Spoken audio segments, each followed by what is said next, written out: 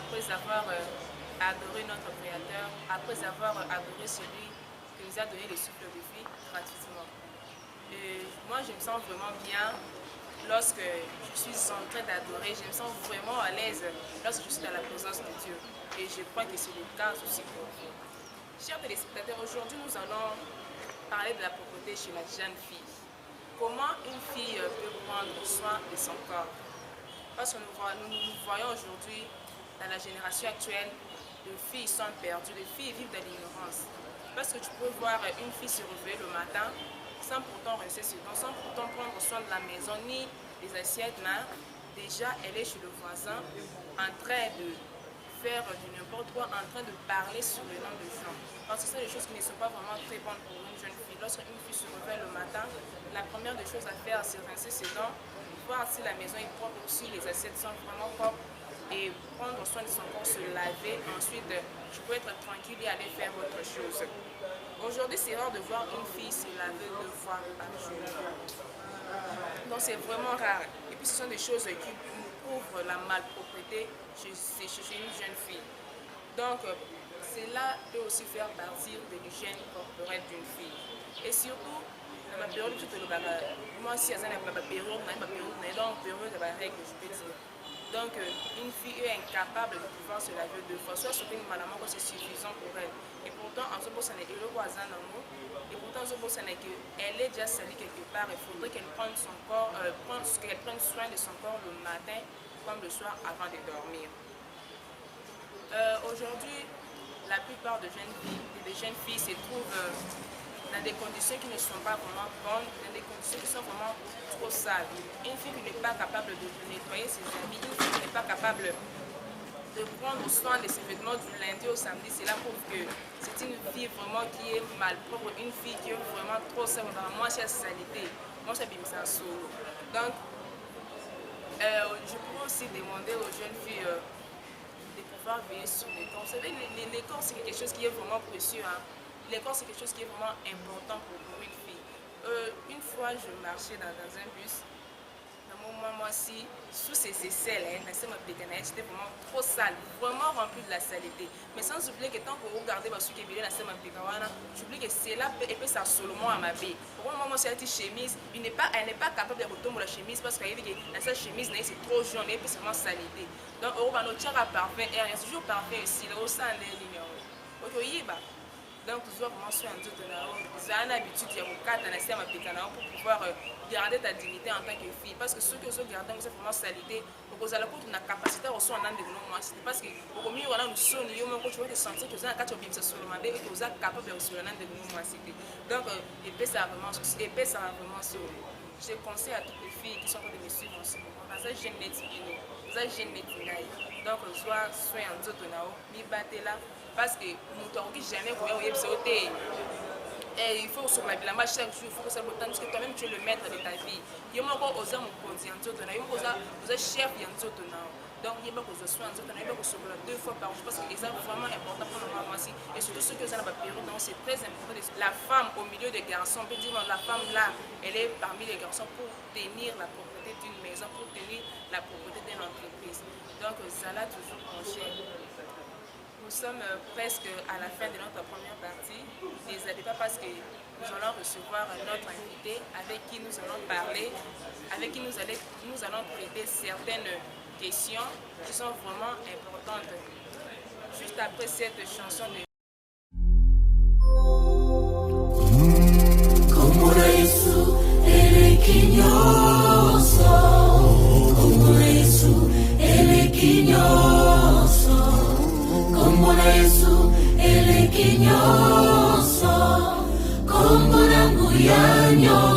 batata bamama bandeko bopusana totombola Yesu Masiya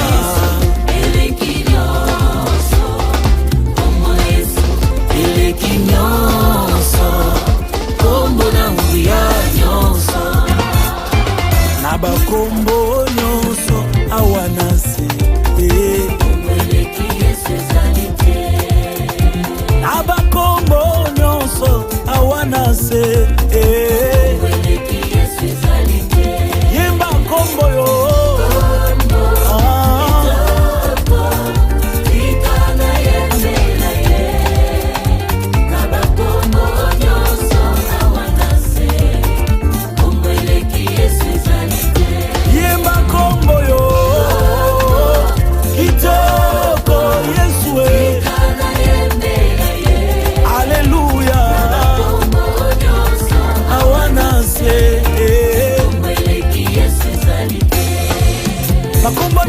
na komba bakisi na komba bakonzi na se na moye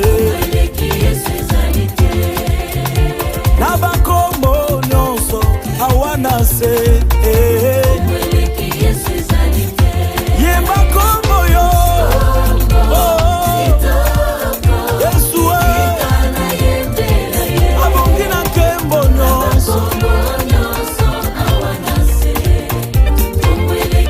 Eklesia kotambola tambola na Yesu longo Bakristu kotambola tambola na Yesu longo Onde kotambola tambola na Yesu Yesu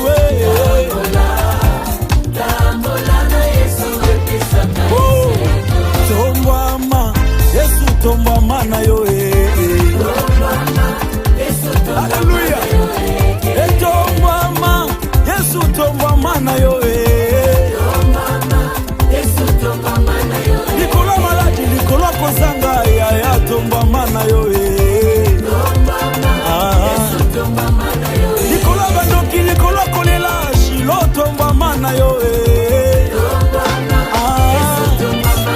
Oh Yesu tombwama na yo Baba Omo santu tombwama likolo na nyonso Totomboli kombo na Yesu Totomboli yo likolo na nyonso shilo Tombwama yo fandi na nkembo Otombwama na yo mosantu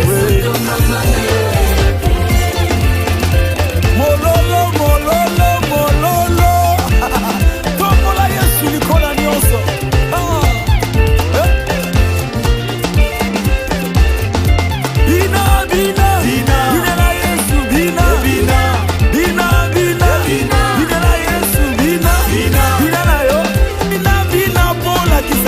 Kapesaka yo makasi pema na bomoi bina na yo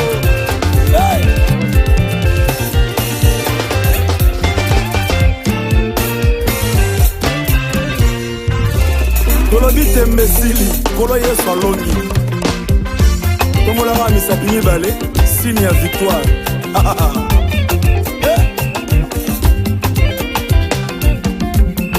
tembesili kolo Yesu alongi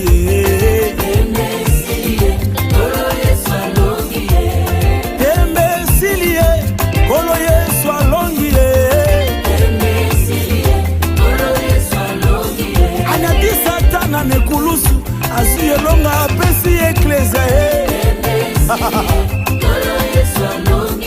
O tembe esilie kolo Yesu alongi O baguna balobaki lobaki mokolo misatu basutuki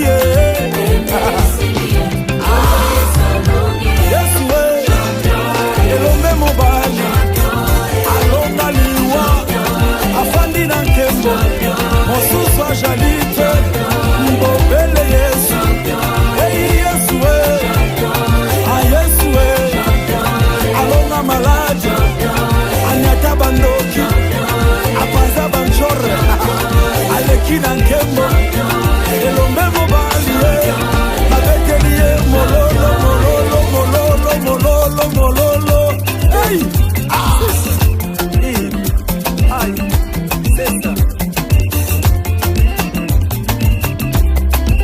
Bougez.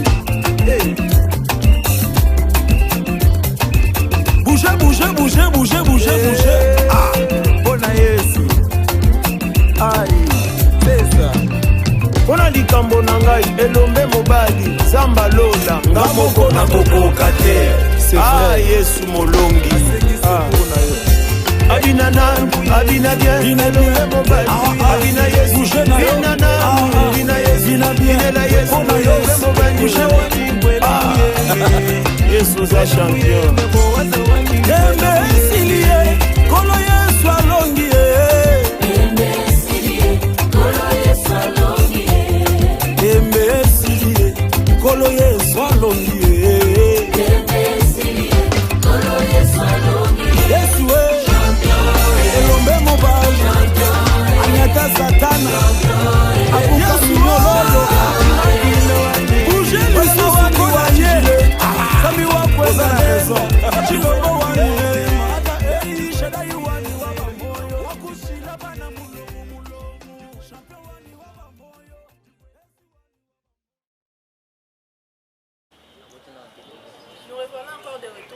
plateau après cette belle chanson que nous venons d'écouter.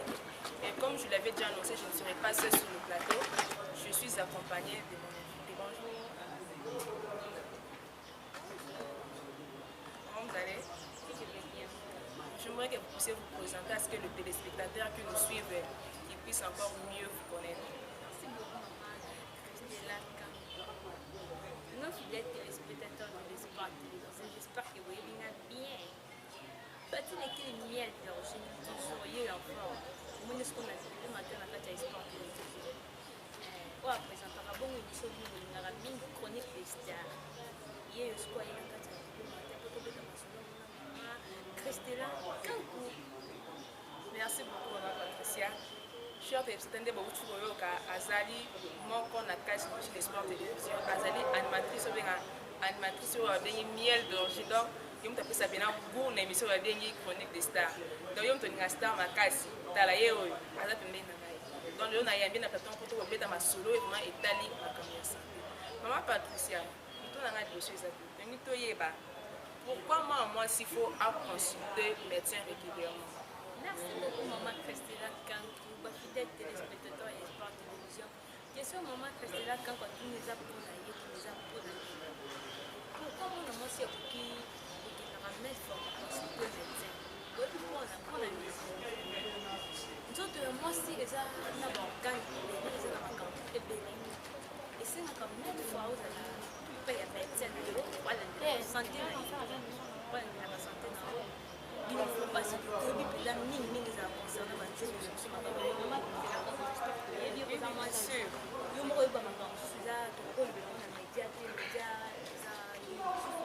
Mais j'espère que vous allez dire que je vais comprendre comment c'est il faut se remettre et pas y aller.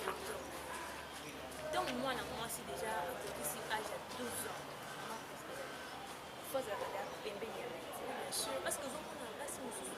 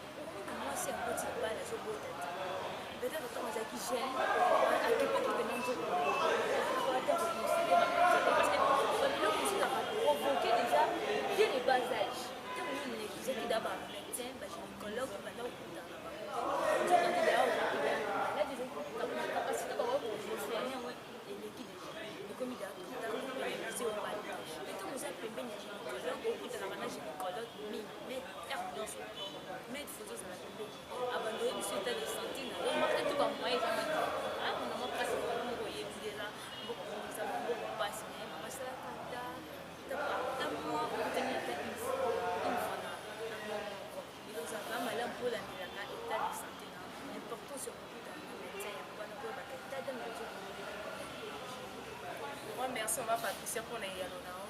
Et je veux que si un téléspectateur qui vraiment réponse n'est vraiment malade. Il est important de consulter le médecin chaque fois tant que aux hommes moi aussi ils ont vraiment obligation mais il est important de consulter pour pouvoir savoir comment est-ce que l'état de santé de nous est aux la normalité aux atteint quelques maladies aux atteint l'infection mais si on consulter le médecin il est carrément impossible de voir ni non aussi dans mon Maman Patricia, les autres sont ma maman est belle à la vie pour que ça soit ça. Donc parce que comment pour expliquer banaté. Donc on a encore tourné maman pour somme et comme la tête pour sous moi moi maman qui est la caresse moi a tout maman banjenique et maman a pour expliquer moi na nini eza banjenique te nini eza période ya prégnité et ça poussé par maman Patricia. Merci beaucoup maman Christella Kanko. Maman mbote na télé matin na biso espoir télévision oyo kako mama pati ngai c'est bino mwana ye pas un bamama misu basalaka bongo botika kosala makambo bozosala wana mwana oyo boti mwana oyo sokoli ozoyoka soni po pesa to po explike makambo nini ya yo kokutana nango na kati ya vie parce que yo nde moto ozana mpona kodresse ye yo moto ozana mpona kodresse ye en tout cas mpenza mpona bamama oyo basoni mpona koexplike na bana bino bamakambo eza pasi mama kristina ma parenthèse ezalaki na filme oyo tozalaki ne na yolo précisement na kapela mwana wana boza koyo ozali na motuka bamama boolanda oyo baisolo landa oyo ozali na motuka ake classe bazongisi na motuka kobima ne ezalaki kaka wenza banda kobima na pie wanda ke wenza mais ntango areglaki atunaki mama na ye na constate na moni makilaki nzoto alalaki kaka bonalaki na mama ayebisi alobi omoni ndenge omoni makila wana elingi kolobake soki okutani na mwa mobali yo babungisi we mwana mwasi mpe ntango ayoki bongo abi nde namoni makila moyena kutani na mwa mobali oza te so nakutani na kozaze nakomi soko atambola na nzela mama omoni ka mwa mobali bakimi azokimaka defaso te azobanga parceke mama azongi na ndako si mama alobi mama nakutani na mwa mobali mobali azobanga nga na okoma na zemi mama ya mama yo achange lisusu ote alobaki bongo te na yebisa mpe soki omina mwa mobali nde okokoma mama okosala mwana to azwango atina ntango wana babongo bane ezoleka bane ezocontinue toujours mwana ezalaki na troisième ti akomi na cinquième parti kaka na l'école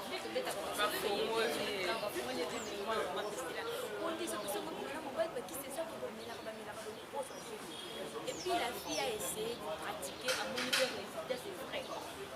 Donc, à ça, il y a mon père, à jouer à mon père. Non, mais est-ce que son maman était malade? Moi, ça va. Ah, il y a quand j'ai porté pas balle. Est-ce que maman a eu maman maman, il faut expliquer. Cela veut dire qu'on lit là-bas, il y a un bas sur moi, la maman, c'est quoi? Ce que moi, cela veut dire qu'on a âge de commencer à boire. Commence à boire, comme si pour moi, c'est à beaucoup. Parce que j'ai dit, moi, je m'en vais pour quand c'est pour qu'on y a beaucoup. J'ai dit, nous, tous les ans, qui montent. On prend dans la et jusqu'au monteur, à ce qu'il y a bâti, monteur, ma campagne. Donc, moi, je suis arrêtée à commis ce que je fais. Maintenant, on commis moi, je suis pour le conseil, il y a des gens qui faut ça les médicaments dans 4 les autres produits on n'a rien les contraintes des autres détruire tant que ce soit l'année bien mourir à tout ma camarade il y a mon sala moté mais il pas yo pas masolo aye pas comme c'est lui parce que la difficulté dans moi ça va maman qui ça la difficulté na c'est juste moi il dit solution pour la solution comme si on peut se la solution mais pour comme là donc ils ont risque pour la mission moi ni bana basi la kota raté obosala makambo wana na bafio basala botika na bamama mpe oyo bayokaka bana na bakosoni mama eza mpasi mpe oyoka mwana yo botiso elongonya mingi na mama na nga emerance beaucoup mwa tikala oyoka mpati leki bisoni donc mama koyokaka mwana basoni te pesa mwana c'est ainsi que papa mpe kozalaka wana bamama mosusu baza wana baza petite koyoka bana basoni azomwana esi nayebisi mwana kotina mwana mabe ake soki oyebisi mwana ofongoli memara mwana mwana comprendre likambo eza papa patileki mbote na place ozali papa oyo mpenza sonaka patileki na baconseil mpo bana nga kitalisaka mwasi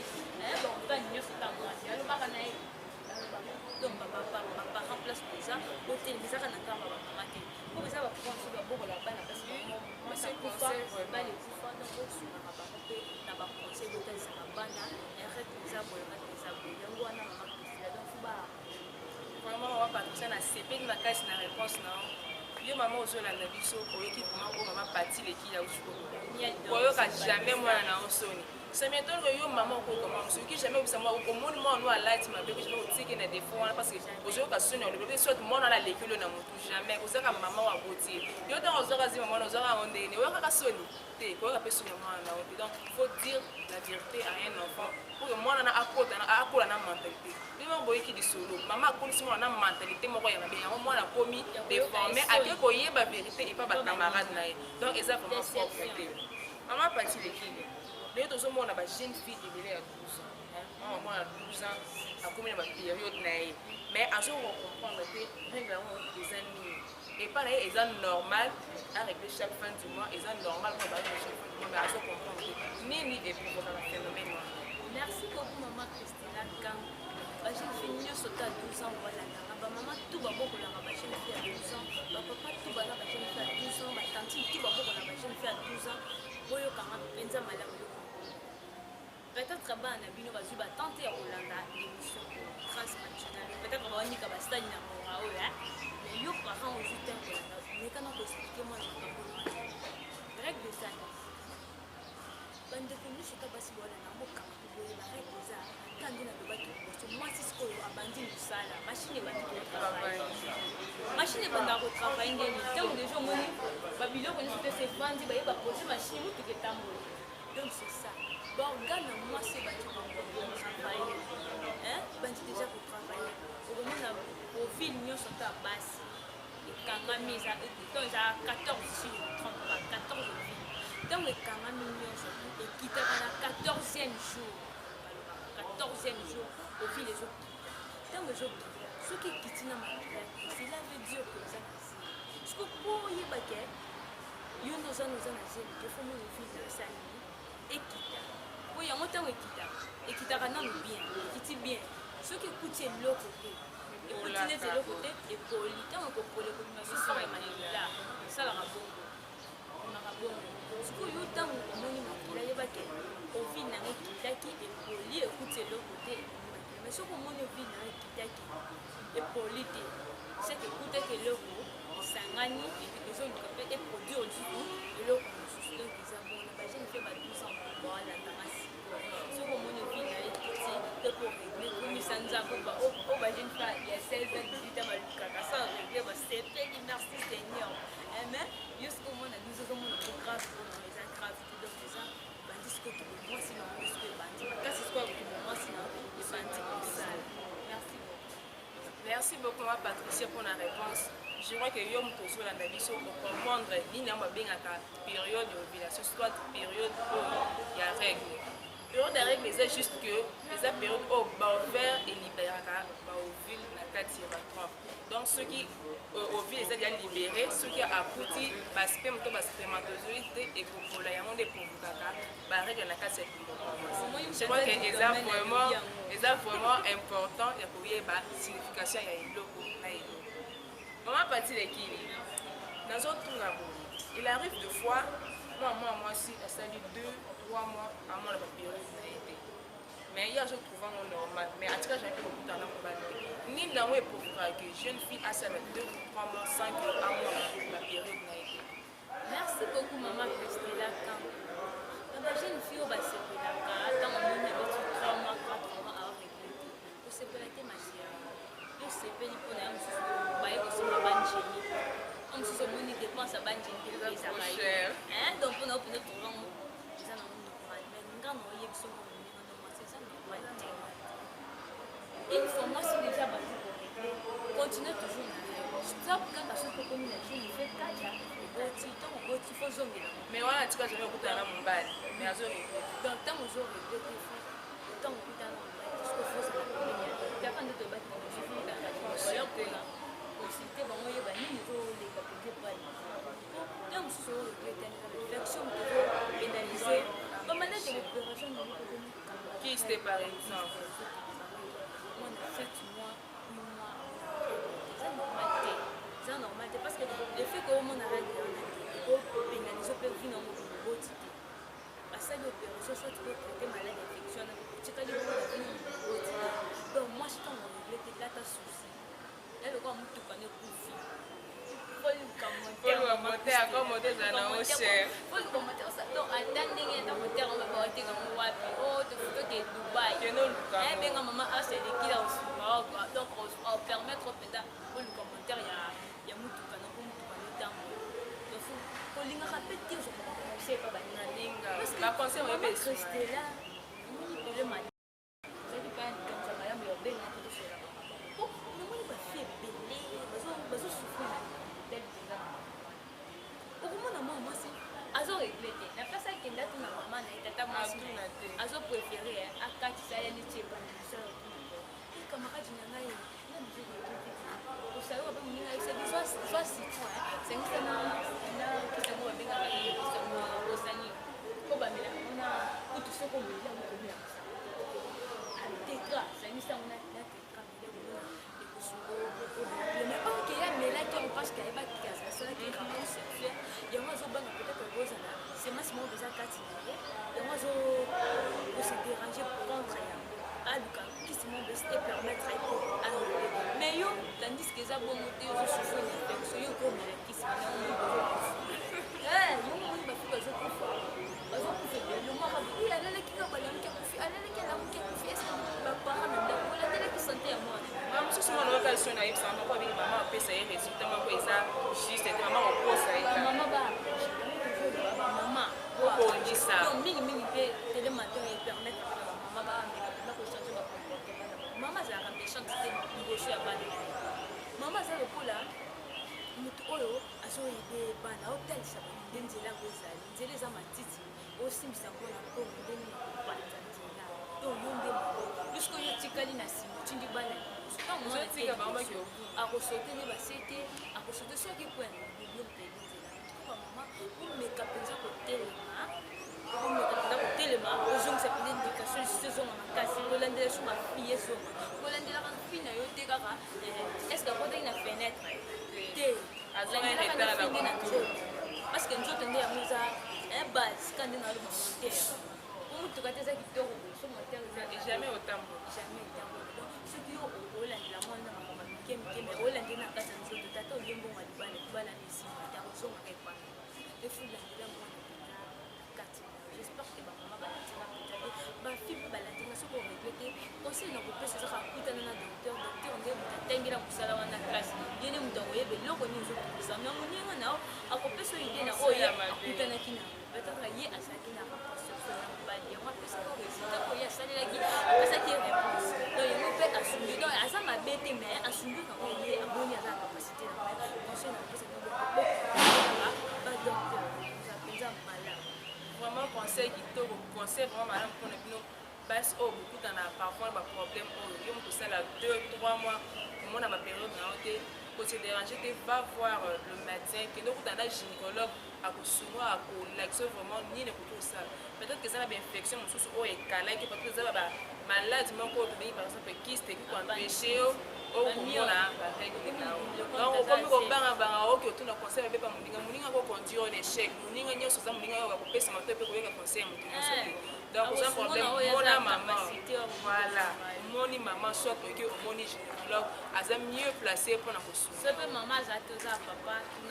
papa mosusu bayoka soni te elonga na mona mosusu azopanzela mpena mwana vérité donc so mwana nzela mabe alakisi mwana mpena nzela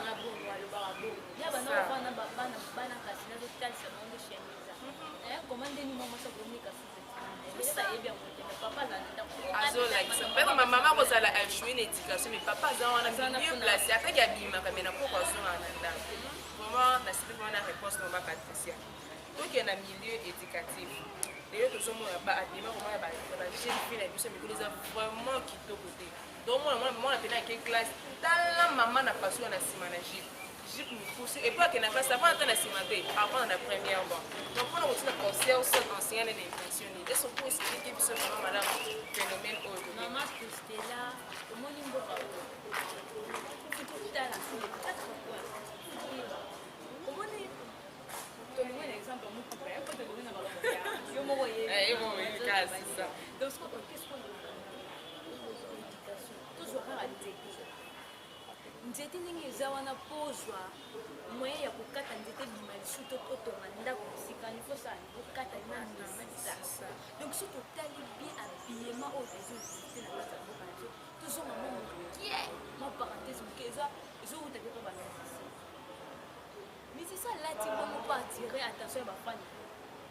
Sikoyo bana bazwa bima wana tellement monaki na nzembo wana mutana lataki bana ba classe ye bazuka bima na bi rentrée scolaire au papa na jibe tellement ba papa baza faible na ba sombia moi na pas une classe kaka na jibe mais ba école peut te question na milieu école tant moi na ina jibe wana école peut former les portes côté CP ban promoteur directeur école un préfet na kati école wana zala penda tant moi na yeba na mama ba coach à côté na kati école ils ont plus ça image à école ils ont reflété dans oyo zali puisque quand nous avons tant madame Christella to bima na complexe scolaire de Lugo ils sont bimi bo moi ve na ya blues ya zo mona au sentir au bureau tant na ko tu vas à frontière pourquoi ni ba parce que na yebi déjà mais c'est Didier Didier Ngoya zaki na on a profité pour nous passer un beau dépasse à cette idée.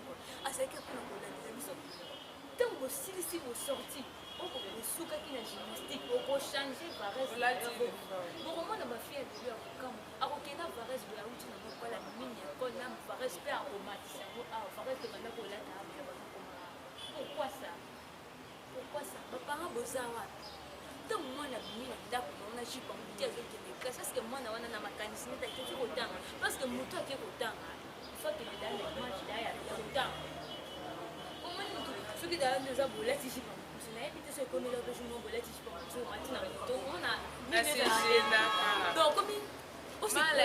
Attention, votre nion se sépare là. Quelle classe n'a pas sur le temps? Il y a comme il faut protéger Jipo Yolati. De façon que vous peignez des mains. Mais pourquoi Bananda pour battre les qui nous peignent dans l'auto? Là, t'as que Jipo Yolati.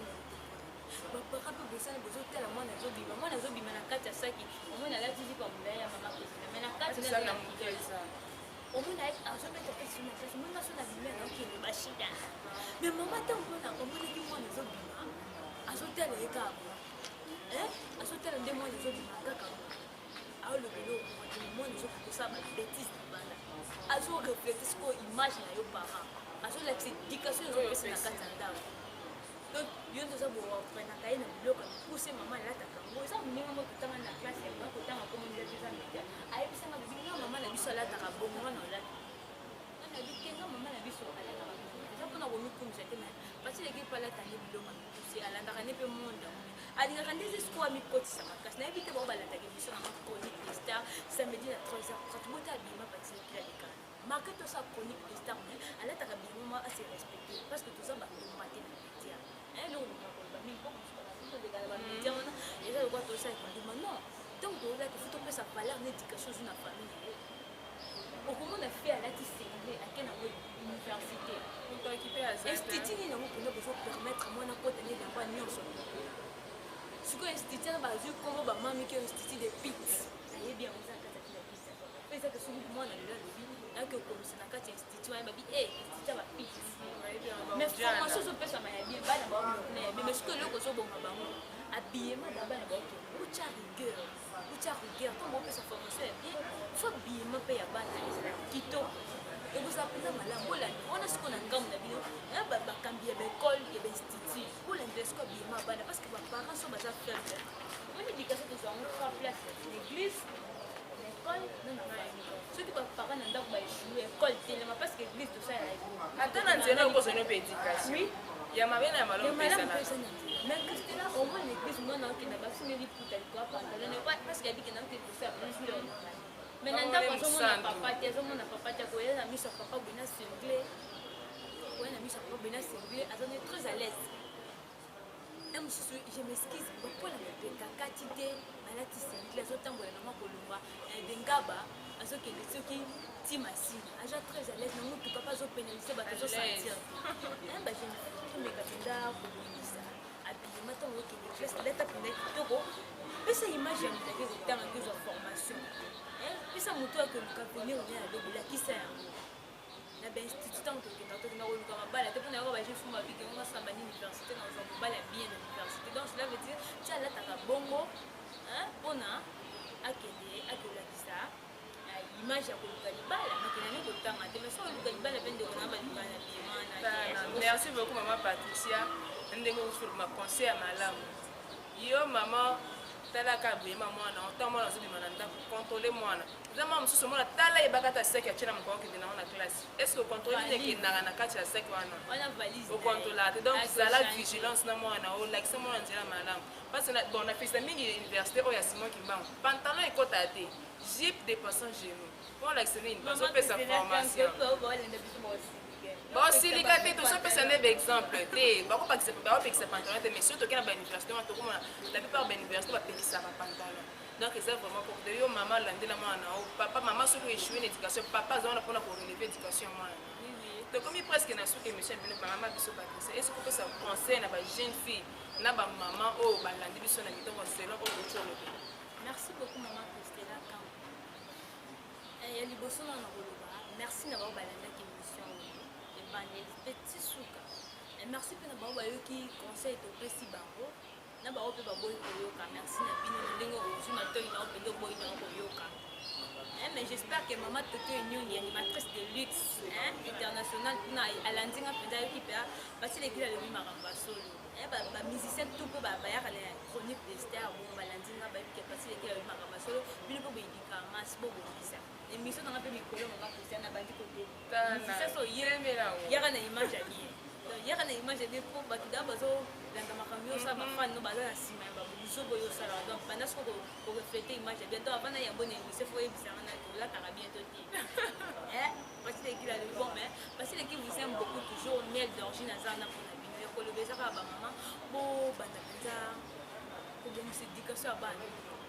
kobongisa éducation ya bana bolandela bana bilamba nini baolata bazobima nango est ce que bana bino ya basi basante na bango eza bien est ce que bazolekele normalement ndenge comme folandela mwana koyoka mwana soni te mpesa mwana conseil concernant makambo etali règle eza ya eloko mwa ya grave te eza grave mpona eza nango etape eza etape ya fuko explike mwa ntango explike kati un mosu inaneana eza pas comprendre oyo etikali kuna watuni lisuku te koyoka esoni te explike na bayaya mpe batikala babokola bana eloko apati lekili aza yaya baleke ebele bozala wana mpe bosuteni bapetite sœur na bino na baconseil na bandeni bakoki kotambola lokola ya nanga moko Stéphanie Legili mwasi ya mbiji alata voile na age esengeli tanti nanga Elisette Mambula na Nadine Kutu en tout cas batante wana batangi to bango bato bayelia basileki basala bazali en tout cas mpena bobongisa eza so bozala lokola nde bawana basongaki bana zala lokola nde mama na yo asongaki apermetaki okoma nde okomi mama bongo obi okoma tanti nde okomi bongo oyo asongaki oyo mpe songa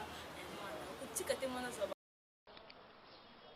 sans oublier mon tonton Requien Ndoyi tonton ya bapati lekili bambote na pourquoi pas na tonton na ngai nalingaka mingi ivoinier mobali ya Lisette Kutu Mambula madame chérie je vous aime beaucoup ainsi que yaya na nga moko ya nasilaki yaya naza sebeki na nga makoma yaya na ngai Arsène Kamula ya unique garçon de la famille. Merci beaucoup maman Patricia tokomi na suka ya émission na biso topesi bino vraiment merci ebele merci de nous avoir suivis merci d'avoir été fidèle à votre chaîne Espoir Télévision tokoba kaka koinforme tokoba kaka kobeta kaka masolo etali makambo na biso ya santé prochainement donc bozala fidèle na chaîne na bino Espoir Télévision na profite mpona kopesa bandeko na ngai nyonso ya mosala mlote na nsima caméra nazomona Gaspilor le vrai caméra dit mon pasteur caméra na âge bon on a fait ça au mot de délai mais puis sans oublier Pascal Sambo babi un ami qui conseille une amie qui est sœur donc je suis comme une sœur pour lui donc on a fait ça au mot de délai peut-être l'équipe na yebi oza pembeni na bi mwana moto simba masolo bana Équateur donc biso na biso bana Équateur wana so bozo luka émission bana Équateur pour moi toto enongi mwana mongala international aza wana pour la bino sans oublier mon DG Patrick merci pour la formation et puis merci pour la nyonso osala pour na biso soki yo te donc mobulu fort donc faut azala kana pour na biso bosani koloba émission nanga chronique de star nayoki olobi yango te obokika ya tete nyongi obokika tete nyongi bokoloba mpe ya ngai bayebi ke mama Patricia miel d'orge yo moto osi masolo ya chronique de star merci beaucoup merci je vous disais encore une fois merci pour votre fidélité nous continuons toujours à être là tout ça ensemble